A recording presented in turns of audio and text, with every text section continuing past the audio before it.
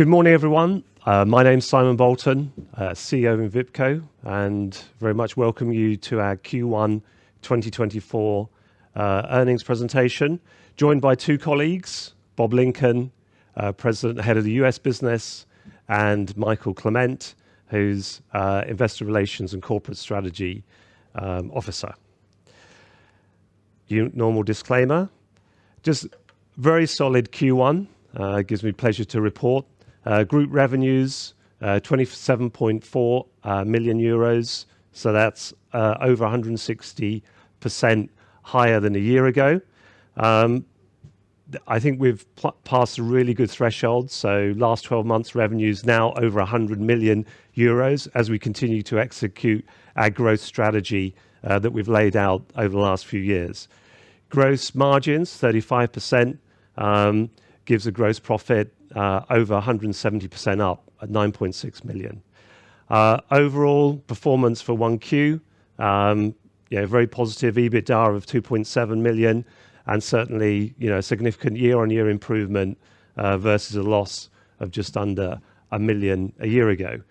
I think for those who are following the business, a couple of months ago, we did a very successful private placement, which raised 26 million euros, which funds all the growth opportunities that we'll tell you a little bit about in this presentation.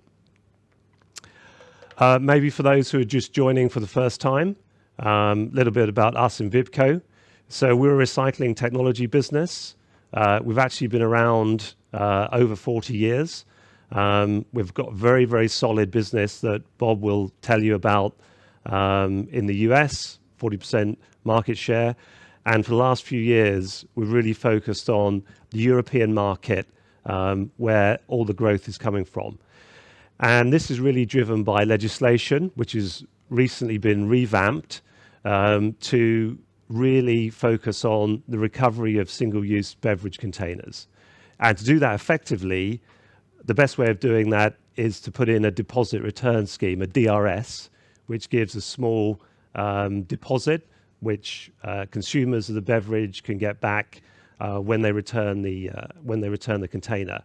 And to do that at volume, billions of containers a year in most markets, then you really need automated solutions. And that's where we come in.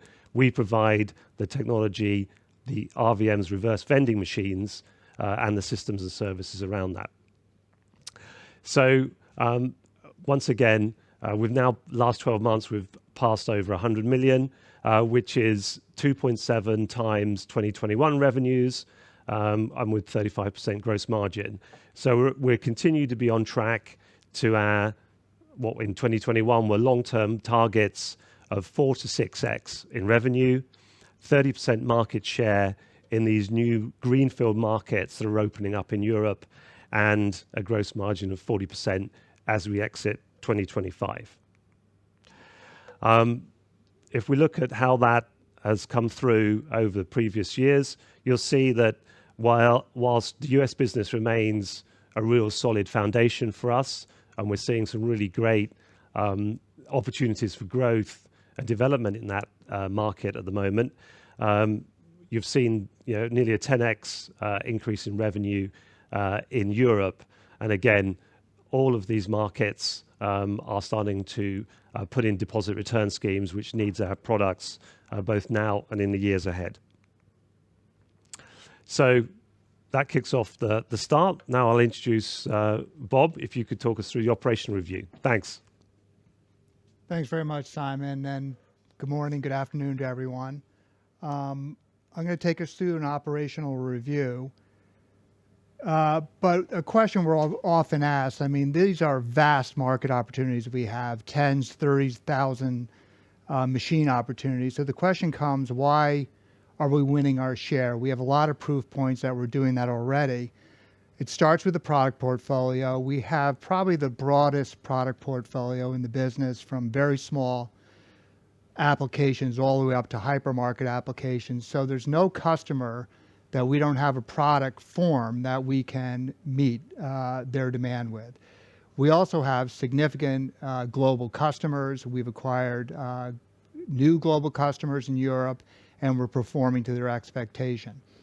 Production capacity is very critical. You know, some of these markets like the UK are 30,000 RVM opportunity just in that market. So we need to prove to retailers that we can scale our production. We can do 30,000 standalone units a year, and our specialty products, which is Quantum and Modula, we can go from 8 to 10,000 a year. So that's ample production capacity to meet the market needs. But importantly, we really work very hard on understanding the target customer, what they're facing. This is new to everybody. These are all greenfield. And these retailers really have no idea what they're facing. Obviously, we're experts, but we're more collaborative in trying to understand how they're going to handle this waste stream throughout their store. We pilot extensively with retail. We do very well on pilot. And by the time we get to the RFP, we're certainly in a very good position to win, and we've proven we can win. I want to spend just a touch on the Quantum a bit. I mean, this product really is a breakthrough product. I mean, it's a true bulk feed. The platform processes over 100 units a minute, super reliable, very high container storage. And you know, we've had a big success in Sweden with this. We've had a big success in Greece with it. We also have just done an installation in the Netherlands, and it's been an important platform. And there's nothing really unique about these markets, Sweden and Greece. You know, stores want to use their footprint to sell goods. If they can move this function outside, the Quantum is a perfect application. In Sweden, we're seeing much greater consumer uptake, more foot traffic into the store, volume lift, because the machine's so simple to use. So when we're looking at these new markets, we believe Quantum is going to be a more important platform, more installations, more critical application for those markets going forward. And on Modula, this is our backroom system, which is also an important feature for large retail. And what we've done here is we've looked at the competitive products and we've refined our offering. We've made it smaller, more discreet, more cost effective, very flexible. It's plug and play. It can fit into any existing backroom system. So that's a very important product for us.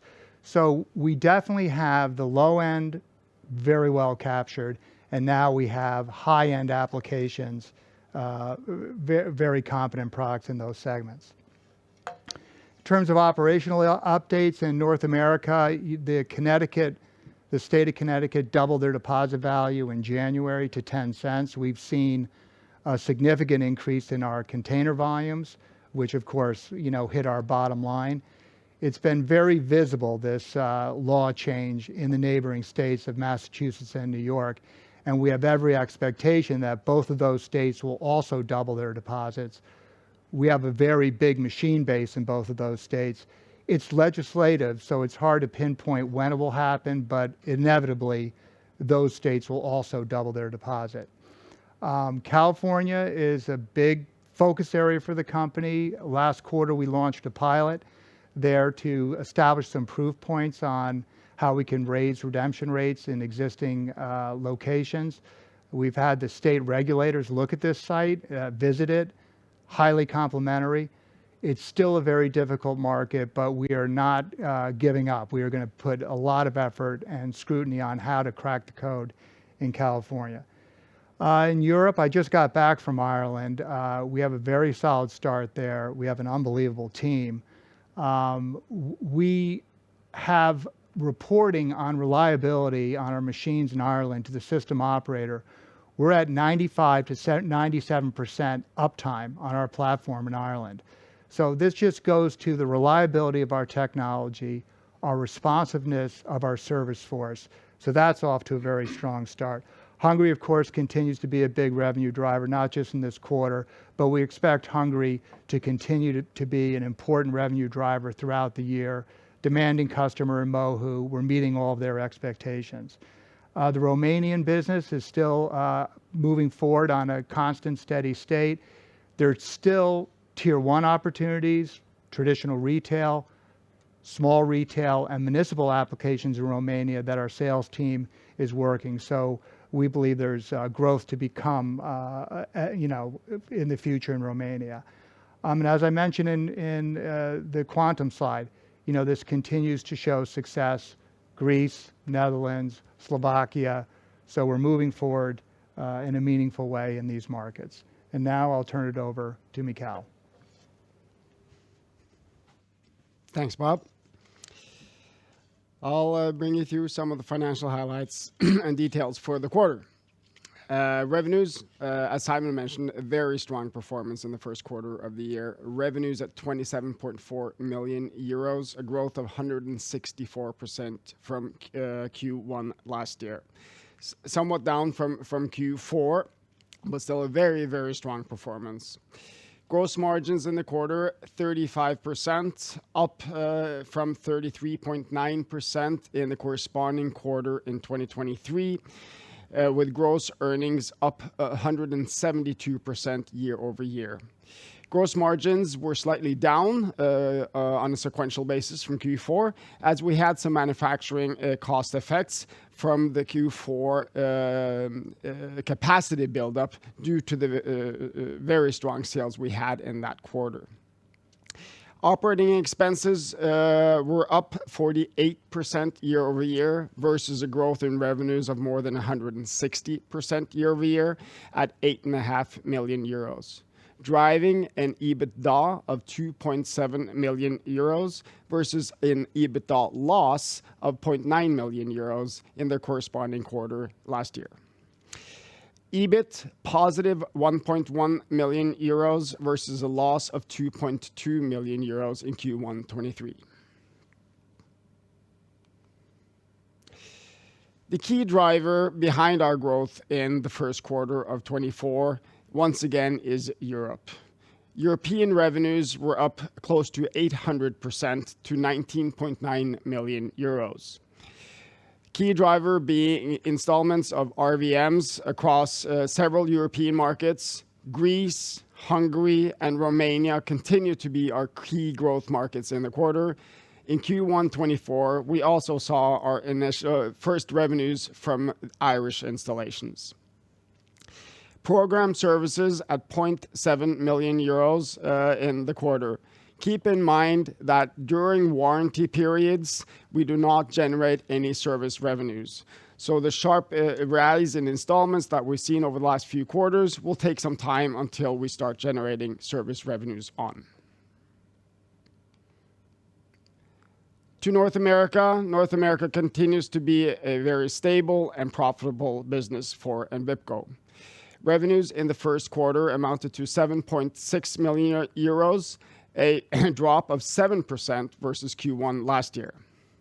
We did see a turnaround in program services with a positive growth of 3% in Q1 to 7.1 million.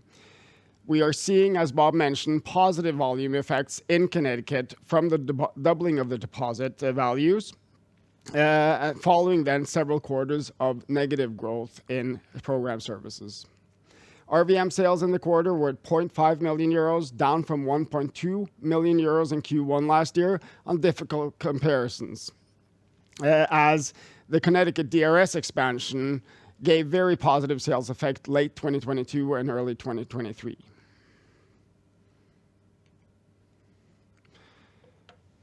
We continue to invest in our business, and we will continue to invest in our business to take on the new market opportunities we see coming. Operating costs in Q1 were up 48% year over year to 8.5 million euros. OPEX as a percentage of sales came down from 55% in Q1 last year to 31% in Q1 this year. Up slightly on a sequential basis from 25% in Q4. We exited the quarter with 418 employees, slightly up from the latter part of 2023. Over to our balance sheets. Total assets increased to 126.4 million euros in Q1, up from 96.3 million euros at the end of Q4. The key driver being in current assets up to 94 million euros from 65.7 million euros. Once again, driven by the private placement in March with gross proceeds of 26 million euros, with a cash balance of 33 million euros at the end of Q1, up from 9.9 million euros at the end of Q4. Gross working capital has also increased slightly to 60.5 million euros, driven by a slight increase in inventories as we try to be responsive to key customer demands. Non-current assets in the quarter at 32.4 million euros, slightly up sequentially, with total equity at 68.4 million euros for an equity ratio of 54%, up from 44% at the end of Q4. We had total borrowings of 19.6 million euros at the end of Q1. Finally, a look at the cash flow during Q1. Cash flow from operations were negative 2.7 million euros, driven by a positive EBITDA of 2.7 and a working capital buildup of 4.8 million euros. Cash flow from investing activities was a negative 0.9 million euros, driven by capitalized R&D of 0.5 million euros and CapEx of 0.4 million euros. Cash flow from financing, finally, at 27.2 million positive, giving a cash balance at the end of the quarter at 33.5 million euros. With that, I'll leave the word back to Simon for a look into our future. Okay. Mikael, thank you very much. That's great.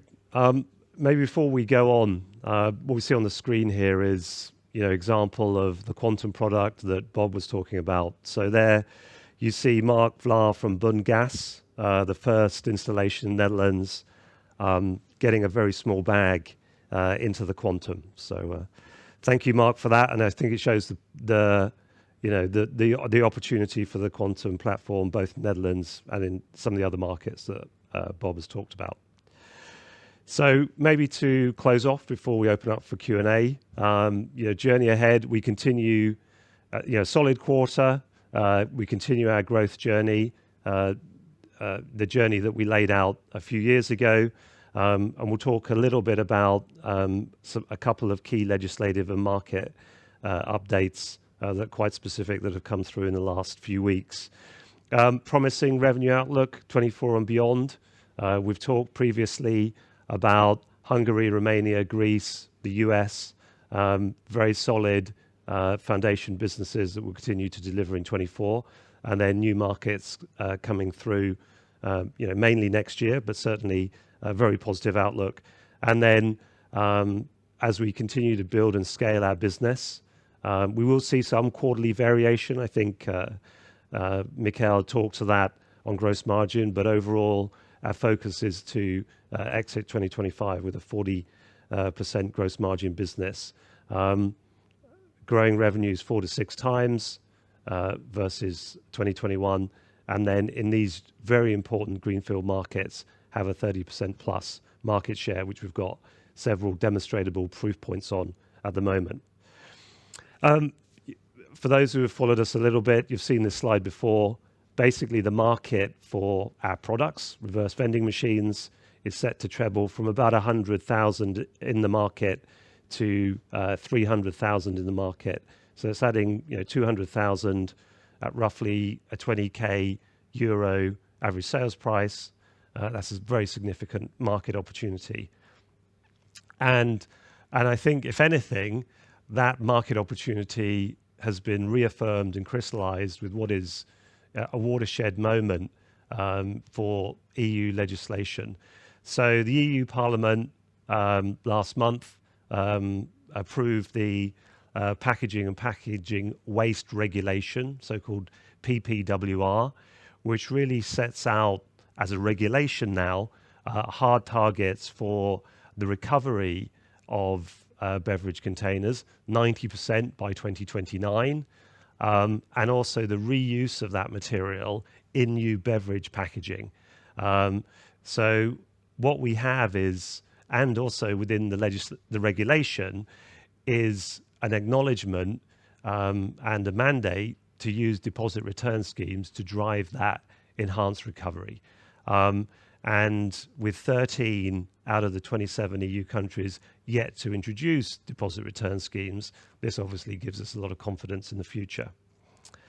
I think another key market that we had great commercial success last year, disappointed it didn't go live, is Scotland and the UK. And I think one of the reasons why the Scottish system didn't go live was the concerns about interoperability between Scotland and the rest of the UK nations. And really, a few weeks ago, there was a major announcement by DEFRA, effectively the Ministry of Environment in the UK, that would introduce a scheme going live in Q3 2027, and have set out a very clear timeline to purposefully get to that date and introduce a nationwide scheme. And as Bob said, that's a really significant market, maybe 30 to 35,000 units. And we already have a great business in the Republic of Ireland. We've done great work over the last few years in Scotland. So we have lots of work and preparation work done. So we feel very, very positive now about the UK and really welcome that announcement from the UK government. So just final slide before we hand over to any Q&A. We stay on track. Solid quarter. We keep going. We continue to focus on greenfield markets. A great country coming up is Poland. Really excited with the extra activity that we're seeing in that market. There's still a few things that we know are being looked at within the country about the law, but certainly the first operator has been appointed, and we certainly see increased activity. Certainly very positive about that coming through into results in 2025 next year. We go for profitable growth. As Mikael said, we're really looking to continue to make investments, but show operational leverage as we scale the business. And we want to continue to strengthen the business foundations, so finance, IT, HR, as we grow, to make sure that continues to support the business, and also look at opportunities to increase, expand, and enhance our technology offering in some of the areas that Bob mentioned earlier. So with that finishes the presentation. And I think, Michael, we'll have a look, see if we've got some questions from the audience. I don't know, Bob, if you want to join as well. Sure. I got quite a few questions coming in here, so I think we'll just walk our way through. There are a couple of questions here in regards to gross margins. 35% gross margins in Q1 included some Q4 manufacturing costs. Sure. Could you shed some light on what the margin would have been excluding the manufacturing costs, and also further, what do we expect in the coming quarters? Well, what happened or the effects in Q1 were largely that we had a very, very strong revenue buildup in Q4 on which we built up production capacity. And of course, it's difficult to shut that off immediately following a sequential downturn in revenues. We've adjusted that through the quarter. I would argue that our underlying gross margins in Q1, adjusted for this, would have been at least at the level or slightly higher than what we had in Q4. And we expect that underlying trend to continue. However, as we also argue that we will see some quarterly variations naturally moving ahead as well. Yep. But we do stay committed to our 40% gross margin targets in the end of 2025. Yep, no, absolutely. Let's see here. Could you please unpack the revenues in Europe by market in the first quarter? What are the key markets explaining the 8 million decline sequentially from Q4? I don't know if you want to I mean, that. I think in general, we had, I think, two things. Certainly we saw in Greece and also in Hungary a kind of a traditional year-end push. So the customers had certain projects or certain targets that they wanted installs by the end of the year. So we really saw those two markets have exceptional delivery at the end of Q4. So most of the difference is around those two markets. Yes. And again, they're good contracts. We see, growth, continue in 24, and then, probably into 25 as well for those two markets. Yeah, because that's a follow-up question here. Do you expect Greece to grow in 24 compared to 23? And the answer to that is yes. We do see further growth potential in the Greek markets. Yeah, absolutely, Michael. I think just to add to that, it's a pre-DRS market. So it's a little bit more variable than I think a DRS market. But certainly, as Bob said, the product is really well received. And we do expect, that market to continue to grow, in the coming years. Then there is a question in regards to Poland. When do you expect contracts to be signed in Poland? How is Envipco positioned? And could you elaborate on the development in the Polish market so far this year? Sure. Yeah, good question. Look, I think it's, I would say we would like to see contracts signed this year. I think although the volume really, we expect that to be in 2025. So what we understand at the moment is there's one or two, potential small changes to the law, but with the first operator announced, which is new since the end of the year, I think there's a real feeling that there's momentum now in the Polish market, and certainly what we understand is that the official go live will be still the beginning of next year, 2025, but really it's going to kick in from a volume point of view more towards the end of next year, which would mean kind of contracts and revenue coming through in 2025. But yeah, I think great market. We've got a business team deployed on the ground. We've got pilots going. We've got a showroom. We're engaging with all the necessary stakeholders. So we're doing very much. Yeah, we're using the prototype from Scotland, from Ireland, to position ourselves for, we hope success in that market. So very exciting. And then there is a similar couple of questions in regards to Portugal. Bob, you want to take Portugal a bit? Portugal it has decided to not include glass, which we think is a good thing. It's certainly good for quantum. We have a very seasoned team that's been working the commercial cases there. The potential go live is in 2026. We expect probably significant RFP activity coming into the first half of 2025, but we're quite well positioned in Portugal. Several pilots with all the major players and deep relationships being built in that market. Good.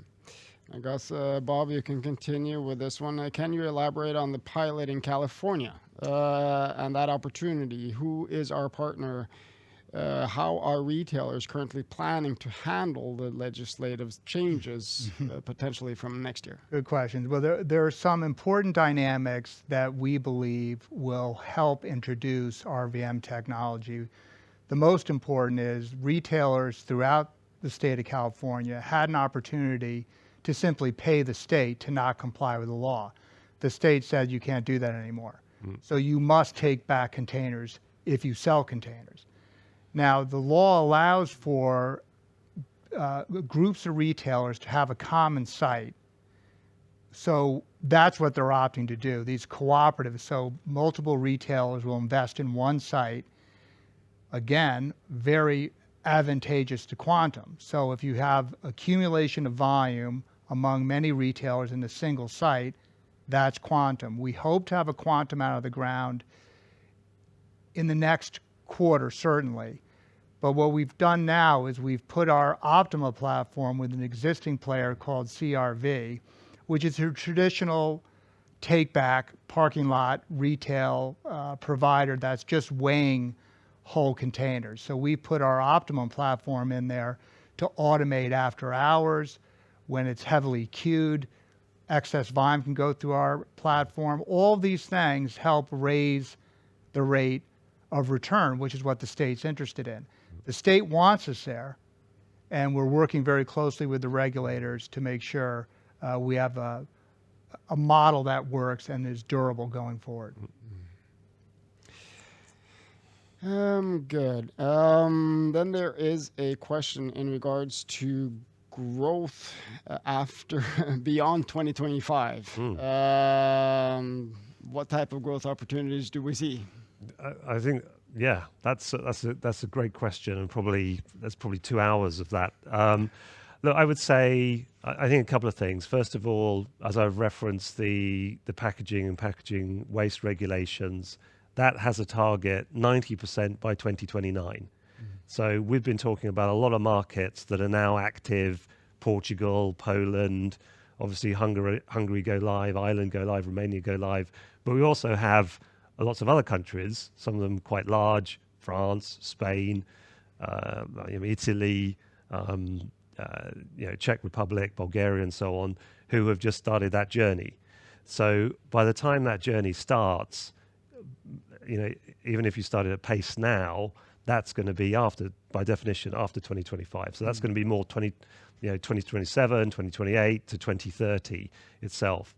So, we expect, all of these countries ultimately to adopt DRS, schemes that were maybe in the 90s to be expanded, opportunities like the Netherlands to add more technology.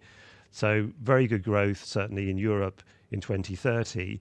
And then I think thereafter, we have lots of really interesting opportunities in North America. And then there's, kind of the rest of the world. So medium term, Europe and North America are our traditional strong markets. And then obviously geographical expansion more widely after that. Yeah. And there's another question in regards to the manufacturing cost effects. I think we addressed that already. Do you see further working capital build in the remaining quarters in 2024? We have built inventory a little bit during Q1 to be able to be responsive to some key customer demands. I think we'll see, we try to manage working capital very tight, and we'll continue to have focus on that. I think we'll see a further increase in working capital that mirrors our growth in revenues to a larger extent. Yep. Do you have any seasonality effects in your revenues? And if so, is there a difference between the US market and the European markets? Good question. Do you want to maybe take that, Bob? I think seasonality is important if you have throughput models where you're making a small percentage of the handling fee as volume goes through the platform. That's a big feature in the US. So we see definite seasonality in the US.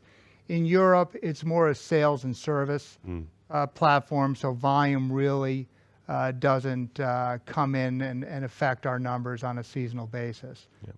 Throughput deals, if we do those in Europe, then you'll see seasonal effects. Yep, great. How long are warranty periods? It depends on market. Good question. Depends on market. Our kind of standard, which is similar throughout the industry, is 12 months. But depending on the customer, that could be 18 months or up to 24 months. Yep. Do you see any dividends in the future? Yeah, look, I think obviously that's up to